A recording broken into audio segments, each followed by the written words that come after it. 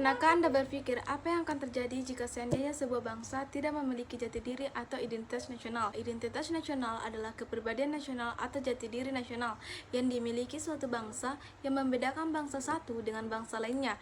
Identitas nasional juga dalam konteks bangsa cenderung mengacu pada kebudayaan, adat istiadat, serta karakter khas suatu negara.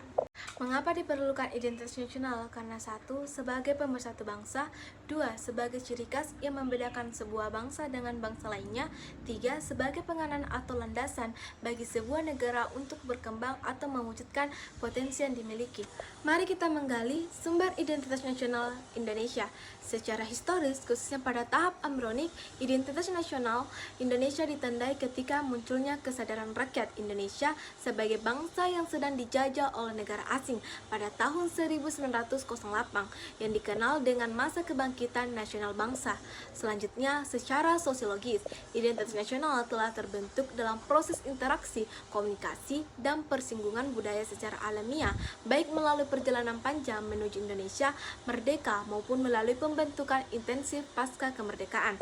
Selanjutnya, secara politis, beberapa bentuk identitas nasional Indonesia yang dapat menjadi penciri atau pembangun jati diri bangsa Indonesia meliputi bendera negara sang merah putih, bahasa Indonesia sebagai bahasa nasional atau bahasa negara, lambang negara Garuda Pancasila, dan lagu kebangsaan Indonesia Raya. Menurut sumber legal formal, ada 6 identitas nasional. Yang pertama, bendera negara sang merah putih. Kedua, bahasa negara, bahasa Indonesia. Ketiga, lambang negara Garuda Pancasila. Keempat, lagu kebangsaan Indonesia Raya. Kelima, semboyan negara Bhinneka Tunggal Ika. Dan terakhir, dasar falsafah negara Pancasila. Setelah menelusuri konsep identitas nasional, adapun tantangan terkait masalah identitas nasional Indonesia dalam kehidupan sehari-hari. Pertama, lenturnya nilai-nilai luhur dalam praktik kehidupan berbangsa dan bernegara. Contohnya, rendahnya semangat gotong royong, rendahnya kesantunan, dan rendahnya kepatuhan hukum, dan lain-lain.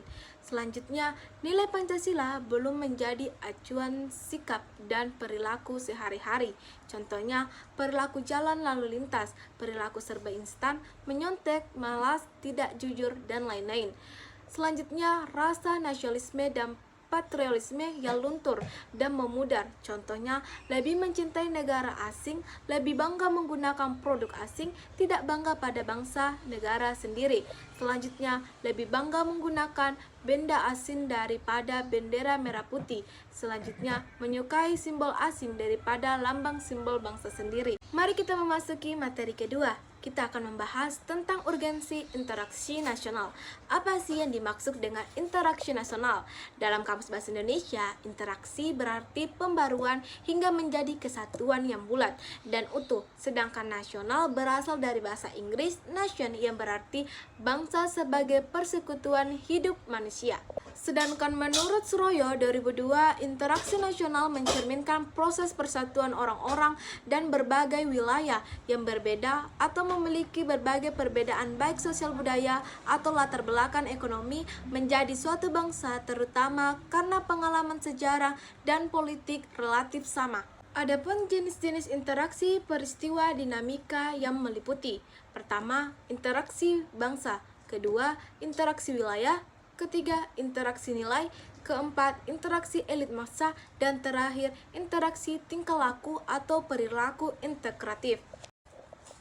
Adapun faktor yang menentukan tingkat integrasi atau negara yaitu: pertama, adanya ancaman dari luar; kedua, gaya politik kepemimpinan; ketiga, kekuatan lembaga politik; keempat, ideologi nasional. Suntoyo Usman 1998 menyatakan bahwa suatu kelompok masyarakat dapat terinspirasi apabila: pertama, masyarakat dapat menentukan dan menyepakati nilai-nilai fundamental dan dapat dijadikan rujukan bersama. Kedua, masyarakat terhimpun dan unit nasional sekaligus memiliki cross-cutting affiliation sehingga menghasilkan cross-cutting loyalty. Dan terakhir, masyarakat berada di atas memiliki sifat saling tergantungan di antara unit-unit sosial yang terhimpun di dalamnya memenuhi kebutuhan ekonomi. Adapun kebijakan yang sebaiknya dilakukan di Indonesia, yang pertama, memperkuat nilai bersama. Kedua, membangun fasilitas. Ketiga, menciptakan musuh bersama. Keempat, memperkokoh lembaga politik. Kelima, mewujudkan kepemimpinan yang kuat. Keenam, menghapus identitas lokal. Ketujuh, membaurkan antara tradisi dan budaya lokal. Dan terakhir, menguatkan identitas lokal. Dalam sejarah perkembangan model integrasi di Indonesia, yaitu yang pertama, model integrasi Imperium Majapahit. Kedua, model integrasi kolonial. Dan terakhir, model integrasi nasional Indonesia. Dalam sejarah penumbuhan kesadaran berbangsa tersebut dilalui dengan tahap-tahap sebagai berikut. Pertama, masa Majaperintis. Kedua, masa penegas. Ketiga, masa percobaan. Dan terakhir, masa pendobrak. Mengapa integrasi masyarakat sangat penting? Karena sebab integrasi masyarakat merupakan kondisi yang sangat diperlukan bagi negara untuk membangun kejayaan nasional demi mencapai tujuan yang diharapkan.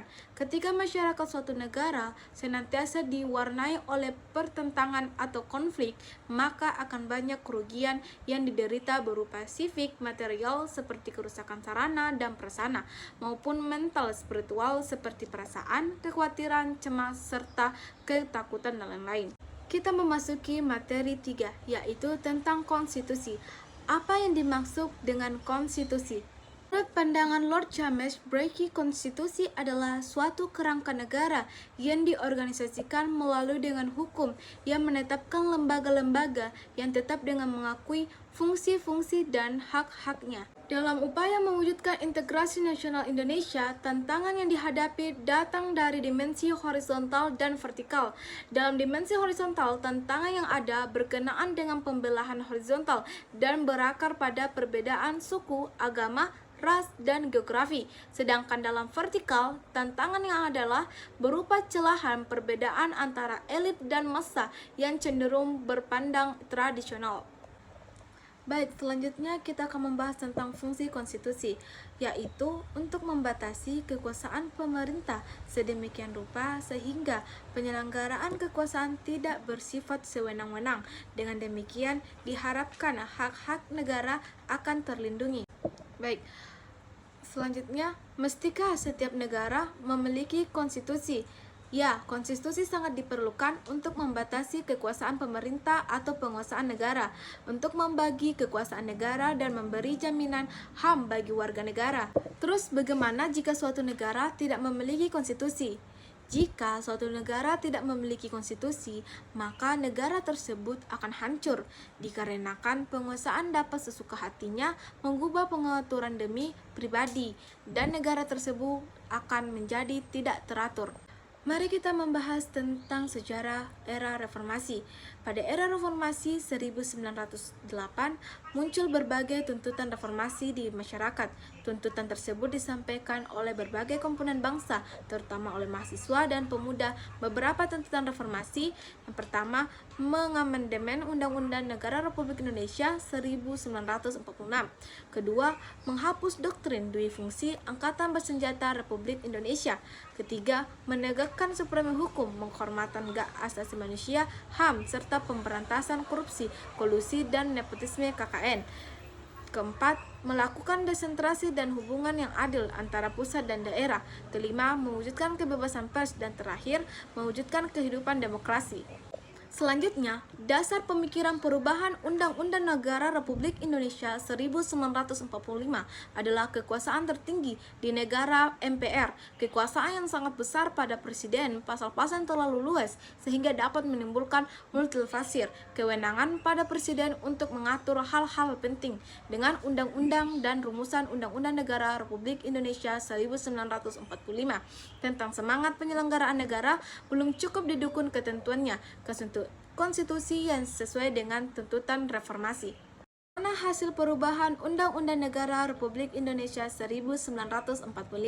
Setelah melewati proses yang cukup panjang, akhirnya MPR Republik Indonesia berhasil melakukan perubahan Undang-Undang Negara Republik Indonesia 1945. Perubahan pertama, Undang-Undang Negara Republik Indonesia 1945 dihasilkan pada sidang umum MPR pada tahun 1999, tanggal 14 sampai 21 Oktober 1999. Perubahan kedua Negara Republik Indonesia 1945 dihasilkan pada sidang tahun MPR tanggal 7 sampai 18 Agustus tahun 2000. Perubahan ketiga Undang-Undang Negara Republik Indonesia 1945 dihasilkan pada sidang tahunan MPR tanggal 1 sampai tanggal 9 November 2001. Terakhir, perubahan keempat Undang-Undang Negara Republik Indonesia 1945 dihasilkan pada sidang tahunan MPR tanggal 1 sampai 11 Agustus 2002. Undang-Undang Negara Republik Indonesia 1945 menempati urutan tertinggi dalam jenjang norma hukum di Indonesia. Berdasarkan ketentuan ini, secara normatif, undang-undang isinya tidak boleh pernyataannya dengan undang-undang dasar. Jika suatu undang-undang isinya dianggap bertentangan dengan undang-undang dasar, maka dapat melahirkan masalah konstitusionalitas. Undang-undang tersebut, warga negara dapat mengajukan pengujian konstitusionalitas suatu undang-undang pada Mahkamah Konstitusi.